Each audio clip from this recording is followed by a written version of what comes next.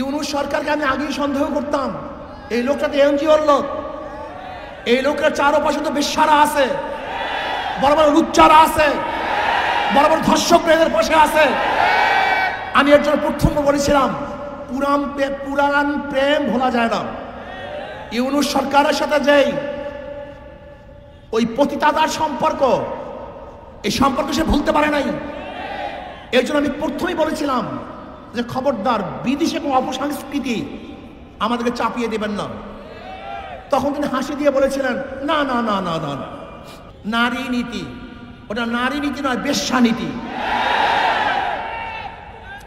আমি প্রথম যখন ইউনূস সরকারের সাথে দেখা করতে গেছিলাম, এই আমার সামনে আছে আমাদের মহাসচিব, যুগ্ম মহাসচিব, অনেক কথাবার্তা বলার পরে আমি স্পেশাল বলেছিলাম, জনাব কোনো অবস্থাতেই পাশ্চাত্যদের কোনো আদর্শ নীতি সংস্কৃতি আমাদেরকে চাপিয়ে দিবেন না। আমার আগেই সন্দেহ ছিল, আমি আগেই সন্দেহ করতাম। আজকে আমাদের মা বোনদেরকে আপনি বিশ্বা বানাবেন, আমাদের মা বোনদেরকে খানকি বানাবেন, আমাদের পুরুষদেরকে লুচ্চা বানাবেন। বলতে পারেন হুজুর যৌনকর্মী বললেন না কেন, যৌন শিল্পী বললেন না কেন, পতিতা বললেন না কেন, এই খারাপ শব্দ ব্যবহার করলেন না কেন? বলতে পারেন। আমি তো মনে করি শয়তানেরা, দুষ্টরা এই সমস্ত খারাপ শব্দগুলিকে ভালো শব্দের দ্বারা পরিবর্তন করে ওদেরকে এই কাজে লিপ্ত করতে চায়।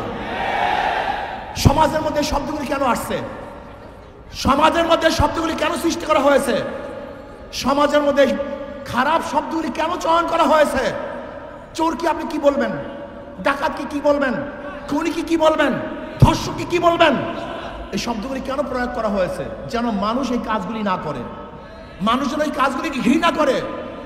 আপনি খারাপ কাজের সুন্দর সুন্দর শব্দ প্রয়োগ করে ওই খারাপ কাজকে ভালো বানাবার চক্রান্ত করতেছেন, এইটাই বড় শয়তানি। এই নারী নীতি প্রণয়নকারী এরা কারা? এরা কোথা থেকে আসছে? এরা ওই টান বাজারে জন্ম হওয়া লোকগুলি, ওই টান বাজারে জন্ম হওয়া নারীরা একজন ভদ্র বিশিষ্ট সতী নারীদের আইন প্রণয়ন করে কিভাবে? ওই নারীগুলি আমার স্ত্রীর আইন প্রণয়ন করে কিভাবে? ওই নারীগুলি আমার মায়ের আইন প্রণয়ন করে কিভাবে? ওই নারীগুলি আমার মেয়ের আইন প্রণয়ন করে কিভাবে? আমার মেয়ে সতী, আমার স্ত্রী সতী, আমার মা সতী, সে একজন নারী। আমার মায়ের, আমার বোনের, আমার মেয়ের, আমার ফুফির, আমার নানির, আমার খালার আইন ওই বেশ্যারা করবে কিভাবে? ওই বেশ্যাগুলি সাহস কোথায় পেয়েছে? আমি বিশ্বাস করি এই বিশাল চক্রান্ত চলতেছে। ইউনূস সরকারের কে হটাবার এটা চক্রান্ত। সবগুলি ভারতের দালাল, এই সবগুলির সাথে ক্যালকাটা সংযুক্ত আছে, সবগুলির সাথে ক্যালকাটা সংযুক্ত। আপনারা দেখুন, কোন অবস্থাতেই বাতিল নয়। এই প্রস্তাব দেওয়ার সাহস কিভাবে পেয়েছে বাংলাদেশে? ওদেরকে বিচার করতে হবে, বিচারের আওতায় আনতে হবে। এই ঢাকার বুকে প্রকাশ্য থেকে বিচার করতে হবে, যেন ভবিষ্যতে এই ধরনের কোনো প্রস্তাব আনতে কেউ সাহস না পায়। আমার মেয়েকে, আমার বোনকে, আমার ভাগ্নিকে, আমার মাকে বেশ্যা বানাবার যারা চক্রান্ত করতেছে, ওদের চেয়ে বড় শত্রু আর কেউ হতে পারে না। নারী নীতির প্রত্যেকটা পৃষ্ঠায় পৃষ্ঠায় ধর্ম বিরোধিতা করা হয়েছে, প্রত্যেকটা পৃষ্ঠায় পৃষ্ঠায় ধর্মকে অপমান করা হয়েছে, প্রত্যেকটা পৃষ্ঠায় পৃষ্ঠায় এই বাঙালি জাতি সংস্কৃতিকে ধ্বংস করে নতুন এক বিদেশি চক্রান্তকে বাস্তবায়ন করার চক্রান্ত চলতেছে। এটা আমরা মানতে পারি না। মানা তো দূরের কথা, এটা প্রস্তাব কিভাবে দিয়েছে এই ইউনূস সরকারকে জানতে চাই। আজকে বাংলাদেশের সবচেয়ে বেশি সংস্কারের পক্ষে এবং এই সরকার যেন সময় পায় সংস্কারের জন্য, ইসলামী আন্দোলন বাংলাদেশ সবচেয়ে বেশি ভূমিকা পালন করতেছে। তারা প্রথমে যে কথা বলছে, আজও সেই কথা বলছে। আপনাকে সুখে থাকতে কি ভূতে কিলায় নাকি? আপনাকে ভূত পেয়েছে? আপনাকে ভূতে কিলায়? যদি ভূতে পেয়ে থেকে এমন কিলায় শুরু করবো, আপনি দেখতে পারবেন না এক মুহূর্ত।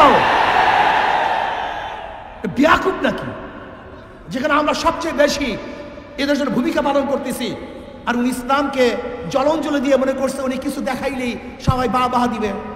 বাংলাদেশের মানুষ চিনেন? এই যে দেখছেন মেট্রো রেল শেখ হাসিনা করছে, মনেও কেউ করে না। যমুনা ব্রিজ করছে, একবার কেউ ভুলে উচ্চারণ করে না। ওনার উন্নয়নের কথা সবাই ভুলে গেছে।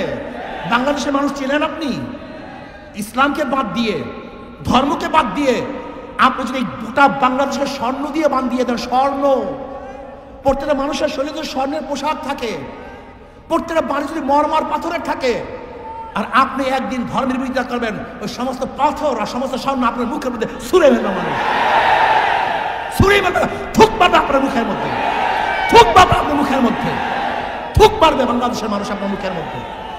আপনি ভেবেছেন আমরা সবাই আপনাদেরকে খুব সাহস যোগাই, প্রশংসা করতেছি।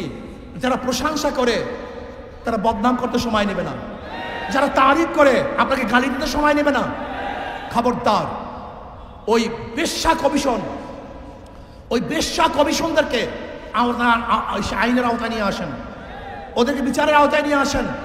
আমি অভদ্র ব্যবহার করতেছি, অভদ্র ভাষা ব্যবহার করতেছি অভদ্রতার জন্য। এখানে আমি কোনো সুভদ্র ভালো ভাষা ব্যবহারই করতে চাই না। এবং ইউনূস সরকারের পায়ের নিচের থেকে মাটি সরাবার ষড়যন্ত্র চলছে, অনেকটা অগ্রসরও হয়ে গেছে।